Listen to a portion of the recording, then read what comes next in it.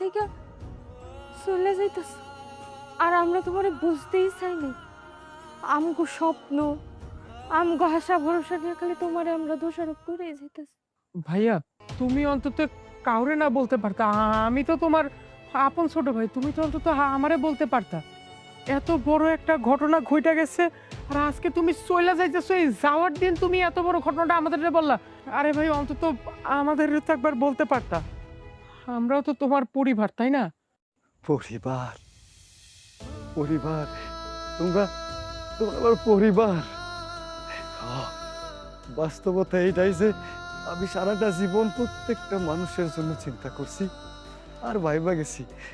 আমার দিক থেকে কিন্তু এটা পরিবার, কিন্তু তোকে মুখে না, সত্যি কইতাছি, এই কথাটা আর মানায় না রে।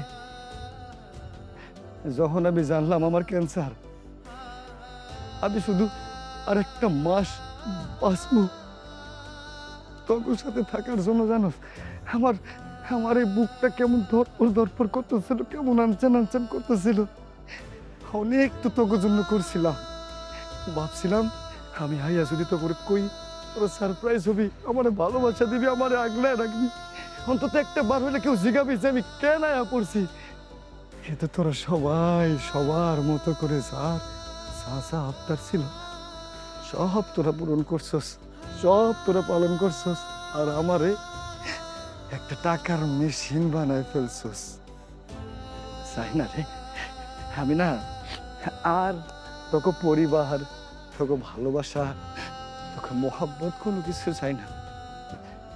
আমি আমি চাই না আমার এই কষ্ট, আমার এই দুঃখ, আমার যে রোগ, এই রোগের পিছনে যে খরচ হইব না, এটা তোকে মাথার মধ্যে বোঝা হইতে আমি দিব না। তোরা তোরা কেউ চিন্তা করিস না, আমি তোর কারো উপর বোঝা হইতে দেব না। আমি সারাটা জীবনের জন্য এই বাড়ি ছেড়া চইলা যাব। আমি জানি না আমার মরণ ঠিক কোন জায়গায় হইব, কিন্তু আফসোস থাকবো একটা, যে সারা জীবন তোগো লেগে করলাম, কিন্তু তোরা আমারে এমন একটা কাজ করে বাধ্য করলি যে তোগো হাতে আমার এই পরিবারের